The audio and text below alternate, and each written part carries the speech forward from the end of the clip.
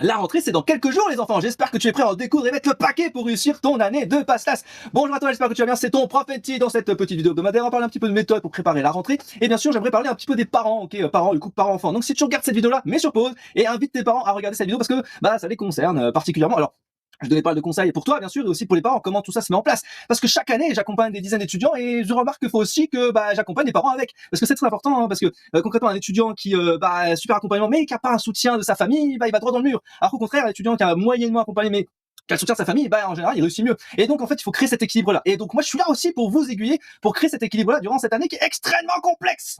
Effectivement, on va voir qu'il y a quand même pas mal de choses difficiles dans une année de ce type-là. Concrètement, est-ce qu'il est suffisamment préparé? C'est ce genre de questions que vous pouvez avoir. Est-ce qu'il va tenir le rythme? C'est un rythme extrêmement intense. On n'est pas sur un rythme de lycéen, clairement. Est-ce qu'il va réussir à s'organiser? Parce que là, on est en autonomie complète. On n'est plus au lycée.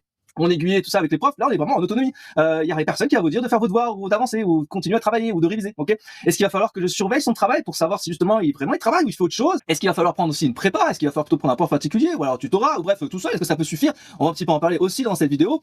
Et quand il va commencer à douter, il va avoir du retard sur ses chapitres. Comment on fait pour prioriser? Comment on fait pour refaire un planning? Tout ça, c'est prise de tête. Et en tant que parent, on se dit mais qu'est-ce que moi je peux faire concrètement? Qu'est-ce que je peux faire pour l'aider dans cette année qui est compliquée? Et si je suis trop derrière lui, ça va le bloquer. Si au contraire je laisse trop de distance, du coup je sais pas ce qu'il fait, je sais pas trop comment je peux faire. Bref, il y a un équilibre qu'il faut mettre en place. Et donc le plus simple en fait, c'est de créer ce couple par enfant et d'en parler le plus vite possible pour savoir quelles sont les attentes de chacun. Ok, comme ça, il n'y a pas d'embrouille parce que je vois pas mal d'étudiants chaque année où il y a une embrouille avec les parents parce que justement ils sont pas trop d'accord ensemble sur la stratégie pour bien préparer l'année. Ouais, et il faut qu'on en parle. Avant de parler de tout ça, je t'invite, si ce n'est pas encore fait, à liker la vidéo, à t'abonner et bien sûr à booster la vidéo, ça m'aide dans le référencement. N'hésite pas bien sûr aussi à partager à d'autres parents cette vidéo, ça peut leur être utile bien entendu. Et si tu es étudiant en passe-classe, futur étudiant, n'hésite pas bien sûr à rejoindre la Promonati, le lien est en description de cette vidéo. Comme je dis dans la dernière vidéo, d'ailleurs merci pour vos retours, ça m'aide énormément. Il y aura donc une adhésion maintenant à la Promonati à 25 € par an pour pouvoir accéder à cette Promonati. C'est quoi concrètement en deux mots, hein, puis après je fais le parenthèse, promis. L'idée c'est pour échanger avec d'autres étudiants, c'est d'avoir des guides PDF pour pouvoir accéder au replay et aux cours magistraux en live avec moi, du coup que je vous aurai l'occasion de vous présenter ça sur le live du 30 août. Donc bien sûr n'hésitez pas à participer à ce live là, donc toutes les informations vous seront indiquées dans la Gazette d'Eti et c'est en t'inscrivant directement maintenant que tu vas pouvoir avoir accès à toutes ces informations là. Je ferme cette petite parenthèse par rapport à ça. Ça m'aide énormément, surtout c'est très important pour la suite de la construction des vidéos et de la Promonati pour continuer à proposer du contenu de qualité. Ça m'aide énormément, j'ai besoin de vous. Bon, revenons à nos moutons. Il y a un changement brutal entre le lycée et l'université. Et vous allez voir que vous allez vous prendre un mur de ouf si vous anticipez pas concrètement ce qui va se passer. Donc que ce soit les parents ou les enfants, vous allez voir que c'est un changement qui est majeur et qui va impacter toute votre vie au quotidien. D'accord? Au lycée c'était facile, hein, il y avait des horaires qui étaient imposés, il y avait des devoirs, des contrôles réguliers, des professeurs derrière l'étudiant et du coup les parents pouvaient voir complètement comment ça se passait. En passant à l'université, c'est complètement différent parce que tu vas avoir énormément d'informations. Donc en gros une heure de cours, tu vas avoir 200 pages, tu ne sais pas trop comment tu vas t'y prendre, d'accord? Tu vas avoir d'ailleurs énormément de nouveaux cours chaque jour. Et donc, comment tu vas faire pour réaliser tout ça assez rapidement? Il va falloir que tu sois extrêmement autonome parce qu'il n'y a aucun professeur qui va arriver derrière toi pour te dire comment faire. C'est compliqué. Il n'y a personne qui vérifie si tu travailles réellement. Et donc, se peut poser à un moment donné aux parents de dire, est-ce que c'est à moi de piloter ça en fait? Est-ce que c'est à moi de lui dire quoi faire? Donc, l'idée, c'est vraiment de se détacher ou pas essayer de voir ensemble comment faire pour pas justement être le professeur, le second professeur. C'est pareil ce que j'observe chaque année. En gros, pas mal de parents se disent, vu qu'il est tout seul en autonomie, je vais le guider comme si j'étais son second professeur. Mauvaise idée, je vous le dis tout de suite. Hein. Le passage de 17 à 18 ans, il est quand même terrible, hein, parce que moi, je me rappelle très bien, on a envie d'être libre, hein, on se sent pousser des ailes, on a envie d'être dans un appartement, être tranquille, que personne nous embête, hein, concrètement. Et si vous êtes vous derrière lui comme ça constamment, essayez de voir ce qui se passe, et ça va le rendre de plus en plus irritable, de plus en plus moins disponible, beaucoup plus fatigué, et du coup, va prendre beaucoup plus de distance avec vous, ce qui serait quand même dommage. D'accord? Donc ça, c'est un truc que j'observe chaque année, des parents un peu trop présents. Vous trouvez le bon juste milieu. D'accord? Je sais que c'est pas évident, mais on va essayer d'en parler un petit peu ensemble. Hein. C'est important. Et avec la rentrée qui approche, il y a encore un stress supplémentaire parce que souvent vous déménagez, l'étudiant va se sentir tout seul dans son appartement, faut déménager, donc nouvel endroit, nouveau matériel, nouveaux horaires, nouvelle planification. Et je sais que c'est stressant, extrêmement stressant pour les parents et pour l'étudiant, il se sent un peu oppressé, donc faut trouver ce juste milieu pour créer une certaine liberté, qui se sentent pas un peu oppressés par rapport à tout ça. Et donc faut pas dédramatiser, hein, bien sûr, ça va aller très très vite, hein, parce que cette transition va être un choc brutal. C'est pour ça qu'en général, je vous conseille d'anticiper un petit peu en faisant une pré-rentrée, notamment le tutorat, quelques jours avant la rentrée, ça permet justement à l'étudiant de savoir quels sont les types de cours qu'il peut y avoir, comment s'organise l'université, tout ça. Bien sûr, c'est pas l'objectif d'apprendre des cours maintenant, hein, c'est juste de voir, d'avoir un aperçu de ce qui va se passer, d'avoir aussi un échange avec d'autres camarades, c'est toujours utile, puis c'est réconfortant, on est dans la même situation, du coup c'est quand même bien d'avoir d'autres camarades, on est un peu en panique totale, d'accord? Et du coup ensemble, on se sent moins stressé. Et après cette rentrée, il vous restera à peu près une semaine pour faire la transition entre votre ancien modèle du lycée avec l'université, et après une semaine, il va falloir charbonner parce que les 30 premiers jours sont extrêmement décisifs. Donc là, mon conseil, pour vous les parents, laissez-le libre pendant toute une semaine en autonomie complète, n'interagissez pas avec lui pendant toute cette semaine, le minimum vital concrètement. L'idée c'est qu'il puisse découvrir par lui-même l'ampleur de ce qui va se passer au jour le jour, et après il vous donnera un feedback sur la première semaine, comment ça s'est passé le week-end. Et vous inquiétez pas, vaut mieux prendre des distances la première semaine, puis après recadrer un petit peu après si c'est nécessaire. Parce que je vois beaucoup de parents dès le départ, ils veulent enchaîner. Ouais, faut que tu fasses des fiches, tout de suite fais des QCM, tout de suite mets ton téléphone dans le placard, tout de suite couche-toi extrêmement tôt à 21h, 22h. Fais un planning tout de suite. Oui, certes, il faut le faire tout ça, mais faut pas tout de suite le braquer dès la première semaine pour essayer de mettre en place cette méthode de travail brusquement, parce que vous allez voir que sinon elle va pas du tout faire ça, elle va tout faire l'inverse. En fait, ce qui se passe, c'est que s'il est un peu accro au TikTok, tout ça, au short, bah c'est pas grave. Laissez-le le temps de diminuer le temps d'écran. Si vous passez de 3-4 heures, parce que l'été forcément on passe des heures peut-être à scroller, c'est pas mon cas, mais peut-être vous faites ça. Bah, ce qui se passe, c'est que réduisez de 4 heures à 2 heures, puis ensuite 1 heure, puis ensuite, bah, petit bout par petit bout, ça fera quelques minutes par jour. D'ailleurs, je vous fais des shorts QSEN, n'hésitez pas à regarder. Là, pour le coup, vous pouvez regarder, c'est utile. Ce sont des shorts utiles, d'accord? Donc, vraiment, je vous fais toute une série de shorts QSEN dédiés à la première passe-tasse. Du coup, bah, n'hésite pas à regarder attentivement. J'en ai fait des centaines, voilà, pour vous, d'accord? Et donc, il y en a 6 par jour. Ah, regarde ça, là tu peux scroller par rapport à ça, d'accord? Et justement, profitez de cette semaine puisqu'il n'y a pas encore beaucoup de cours pour absorber un maximum de conseils, que ce soit des enseignants, du tutorat, de la prépa, des camarades, des comptes TikTok, des comptes Instagram, des comptes YouTube, des chaînes YouTube comme la mienne, hein, j'ai fait plus de 100 vidéos méthodes avec plus de 400 vidéos cours et méthodes pour que vous puissiez vraiment performer l'année. Donc n'hésite pas à regarder un maximum tout ce que tu as besoin, tout est sur la chaîne YouTube. Donc c'est pour ça que je vous incite vraiment à vous abonner pour que vous puissiez avoir le meilleur, ok? Et ne rien louper de ce qui peut se passer dans la suite, d'accord? C'est extrêmement important. Et donc, au bout d'une semaine où tu as absorbé un maximum d'informations, tu vas pouvoir commencer à trier les informations. Et donc là, ce que je te conseille avec tes parents, bah, c'est justement de faire une petite réunion. Voilà, on m'a donné pas mal de conseils, pas mal de méthodes, comment je vais faire pour faire un planning, comment je vais m'organiser, voici les cours, voici comment les plannings de la fac. Donc voilà, on se pose 1 heure, 2 heures ensemble et puis on essaie de construire vraiment ensemble. Faites-le avec vos parents, c'est très important comme travail pour créer une sorte de planning qui va être efficace. Un planning, c'est pas forcément et je le dis, hein, faites pas tout de suite un agenda hyper structuré, hyper complet. Voilà, j'ai fait des vidéos à ce sujet. Déjà, je te mets une fiche sur comment construire un planning de révision. Plutôt, faites une to-do list. Commencez par une to-do list sans forcément vous imposer des horaires. Voilà ce que je dois faire, etc., étape par étape. Et commencez pas de ouf à mettre 8 heures de révision d'un coup. Hein. Ça passera pas du tout dès le départ. Si t'es pas capable d'enchaîner tout de suite 4 heures, 6 heures de révision chaque jour pendant des semaines, ne fais pas ça tout de suite. N'enchaîne pas direct 8, 10 heures, même 12 heures. Je vois des étudiants mettre 12 heures de révision dans leur planning. Impossible. Mais plutôt 2, 4 heures. Et puis ensuite, une fois que t'es rodé dans 2, 3 semaines, tu pourras passer à 6 heures. 6 heures de révision, ce sera pas mal, d'accord? Faites aussi attention, en tant que parent, à certaines petites phrases qui font du mal aux étudiants. Je vois beaucoup d'étudiants qui sont souvent en train de me dire, parce que je suis un peu aussi leur confident, hein, voilà, moi, mes parents, ils essaient toujours de me comparer aux autres. Par exemple, quand je suis au call à la prépa, voilà, moi, j'ai eu un 4, et il y a beaucoup d'autres étudiants, ils ont eu des 12, des 14, la moyenne à peu près de 9, admettons, et moi, j'ai eu 4. Et donc, je vois beaucoup de parents qui disent, bah ouais, et combien ils ont eu tes camarades, comment ça se fait que toi, justement, t'as pas eu de meilleures notes, etc. De savoir que ça n'a rien à voir. Parce que un étudiant, il peut très bien avoir révisé la biochimie et on est parti sur une colle de biochimie et il connaît par cœur, et parfait, il a une bonne note. Et toi, t'as pas révisé ça, mais t'as révisé autre chose. Du coup, si lui il a une colle sur autre chose, bah, il va avoir une mauvaise note. Donc en fait, c'est vraiment une stratégie que vous devez mettre décorrélée par rapport à ça. C'est chacun a son propre rythme, d'accord? Chacun a sa propre méthode de travail. Et au départ, dans l'école, notamment des tutorats, des prépa particulièrement, on va se taper des mauvaises notes. On va avoir des 4, des 5, des 6, et c'est normal. Il faut pas paniquer. Et justement, je préfère que tu aies des mauvaises notes tout de suite, que tu aies des 4, des 5, des 6, plutôt que d'avoir un 12, 13, 14, qui va te mettre trop en confiance. Parce que quand t'as des mauvaises notes, tu vas pouvoir reprendre tout ça, noter les erreurs dans un carnet à erreurs, et puis ensuite enchaîner et continuer à performer dans cette matière-là. Alors aussi, ne cachez pas les mauvaises notes à vos parents, ça sert à rien. Au contraire, dites-leur, bah, j'ai une mauvaise note. Alors oui, les parents peuvent culpabiliser, faites attention, hein, dites pas, ouais, pourtant t'avais beaucoup travaillé, je comprends pas que t'aies des mauvaises notes. Non, surtout, ne rentrez pas dans ce délire-là. C'est de dire, bah, j'ai vu que t'avais fait des efforts, je suis surpris de ta note, on va reprendre ensemble pourquoi justement t'as eu des mauvaises notes, qu'est-ce qui s'est passé, quoi. Et en fait, vous allez voir que c'était des petites erreurs qui se sont accumulées et qui sont facilement rectifiables. Et donc, si on refaisait la même colle, bah, 1 ou 2 semaines plus tard, bah, il aurait peut-être la moyenne. Et justement, il faut pas faire ça du jugement, il faut faire plutôt un diagnostic, d'accord? C'est un peu l'idée que vous devez avoir. C'est totalement différent du lycée, hein. Le lycée, normalement, de la veille au lendemain, on peut facilement avoir 17 en ne révisant que quelques éléments. Là, c'est pas du tout la même stratégie. Là, on se passe à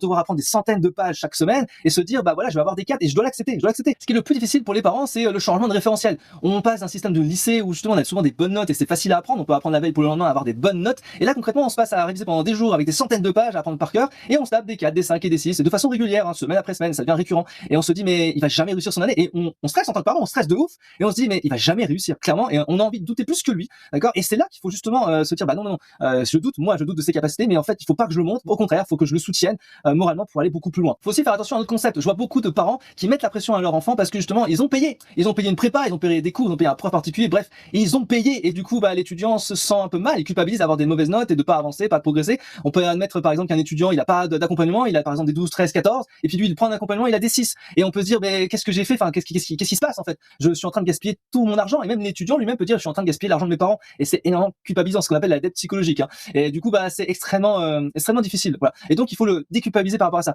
Oui, je sais, on a payé cher la prépa, etc. Mais prends du recul. On fait ça pour toi. Si t'échoues ton année, c'est pas grave. On va rebondir ensemble. Il faut vraiment pas le culpabiliser par rapport à ça.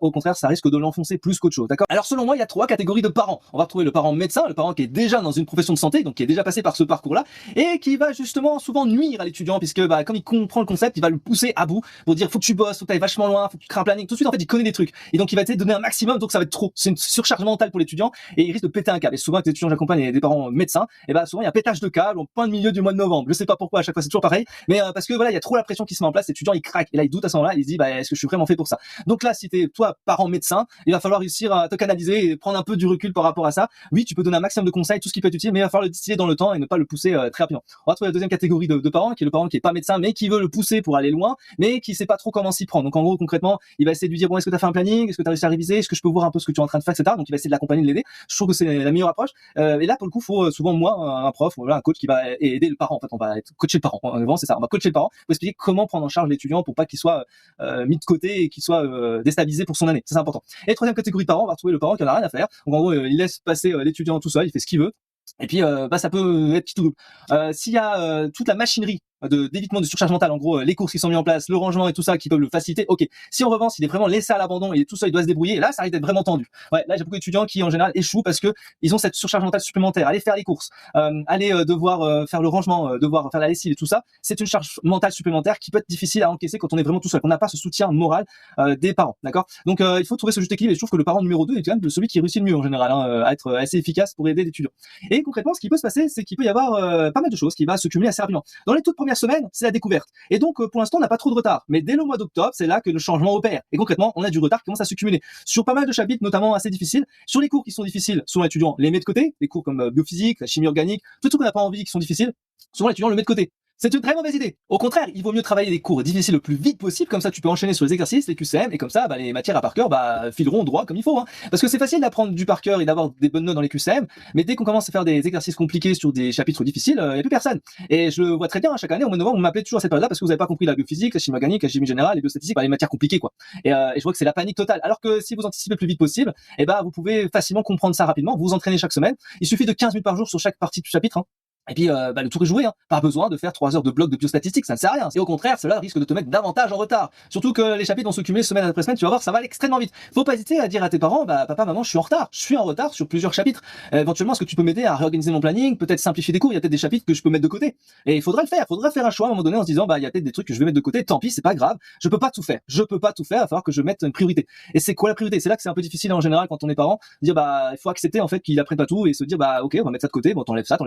Voilà, il faut accepter de regarder ça. Et donc le mieux c'est d'analyser les annales, regarder réellement qu'est-ce qu'il y a concrètement dans les QCM, qu'est-ce qui est attendu, et de se dire ça, allez enlève-le, allez ça, hop, allez enlève-le. Ah ça il a parlé de ça, c'est très important, garde-le. Et donc essayer de sélectionner le plus vite possible, d'accord. Et ça c'est très important. S'il y a des calls au tutorat, faut pas hésiter à le faire, et puis prendre en note semaine après semaine l'évolution, voir s'il y a des mauvaises notes, puis ensuite voir l'évolution, comment ça se passe. Est-ce que j'ai bien géré mon temps, est-ce que j'étais trop vite dans les QCM, et quelles sont les erreurs, tout ça faut les noter dans un carnet d'erreurs. J'arrête pas de le dire, c'est très important de mettre ça en place. Et durant cette première semaine de transition, il va falloir que tu commences à créer une sorte de routine. La routine c'est quoi? C'est concrètement tu te lèves à telle heure pour faire telle chose pendant X temps et répéter X fois. Et tu vas te voir le faire chaque jour. Et ça, c'est pas évident en premier abord parce que t'as pas l'habitude de mettre en place une routine au lycée. Et les parents vont t'aider aussi à mettre en place cette routine. Par exemple, ça peut être j'envoie un message chaque jour à mes parents pour dire là, je suis en train de faire ça. Et à la fin de la journée, voici ce que j'ai fait. Moi, je trouve que c'est une routine extrêmement efficace. Quand je le fais avec mes étudiants, je dis invite tes parents aussi à le faire parce que concrètement, d'avoir quelqu'un à l'extérieur, plus tes parents, plus toi, qui se met en place cette routine, ça te force en fait de la respecter. Et ça, c'est hyper efficace. Et moi, je vois vraiment les résultats par rapport à ça, notamment dans l'option super coach que je propose, qui permet d'avoir des échanges au quotidien. Mais c'est hyper puissant ça. Donc, je te conseille vraiment d'échanger au quotidien avec tes parents sur un petit message. Vous mettez d'accord, petit message tous les jours au quotidien.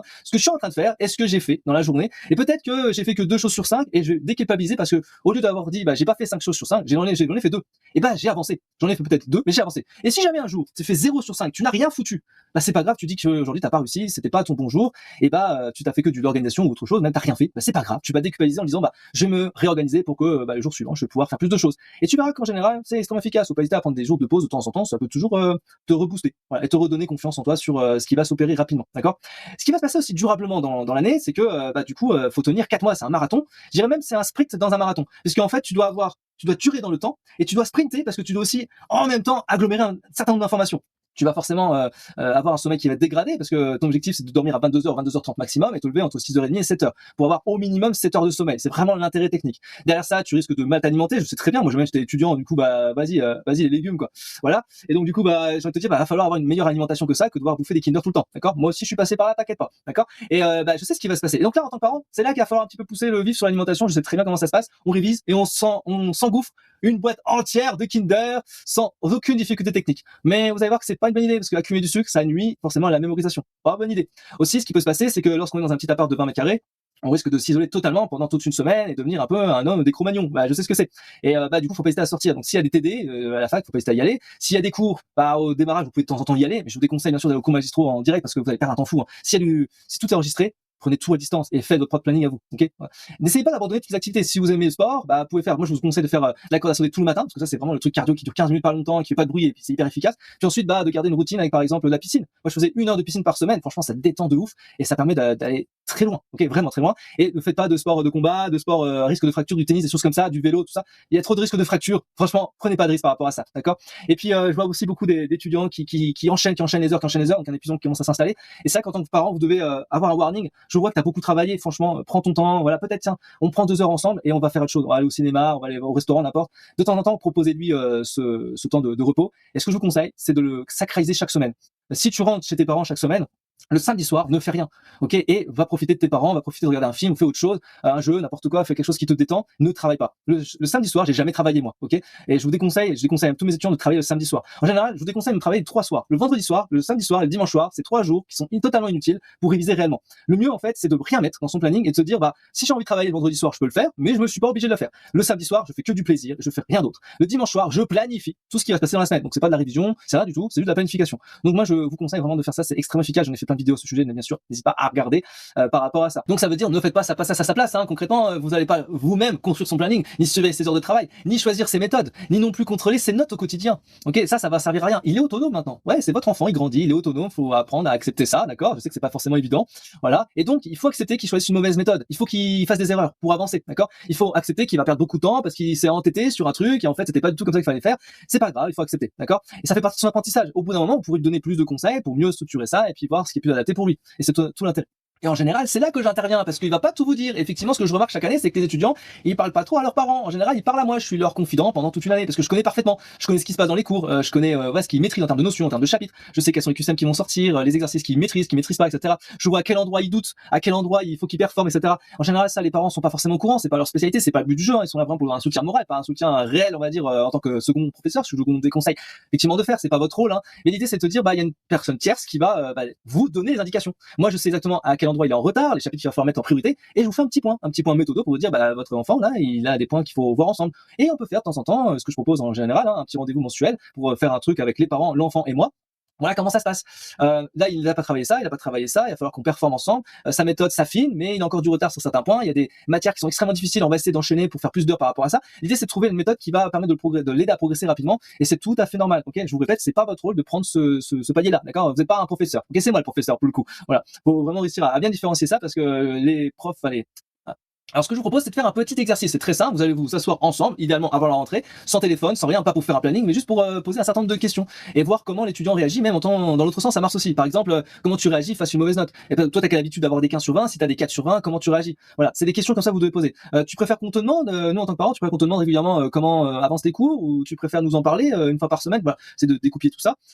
Tu préfères quoi comme type d'élève? Est-ce que tu veux vraiment qu'on te demande au quotidien ce que tu es en train de faire? Est-ce que tu préfères que de temps en temps on en parle par semaine, ou alors on te laisse venir vers nous lorsque tu as des difficultés? Voilà, ça c'est important de le dire.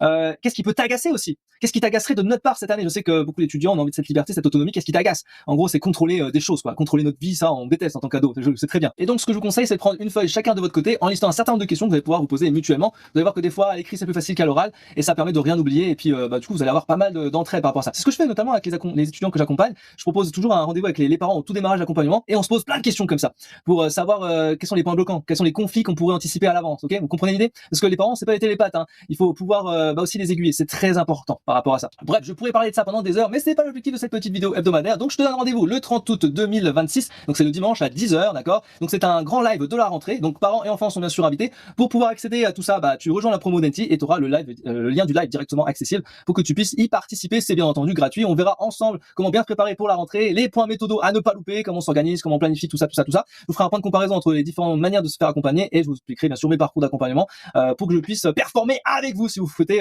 qu'on continue tous ensemble. Voilà, il y a plein de choses à voir. Hein. Si tu veux me contacter, bien entendu, c'est contact@tonprofnt.com, d'accord. Si tu veux m'envoyer un mail, et puis si ensuite tu souhaites être accompagné, si je trouve que c'est nécessaire de faire une visio ensemble, je te le proposerai directement. C'est moi qui propose, pas toi, c'est l'inverse. J'espère que cette petite vidéo vous a été utile. N'hésite pas à me le dire en commentaire de cette vidéo. Et moi, je te dis à très vite dans une prochaine vidéo. Ciao, ciao, ciao, ciao, ciao.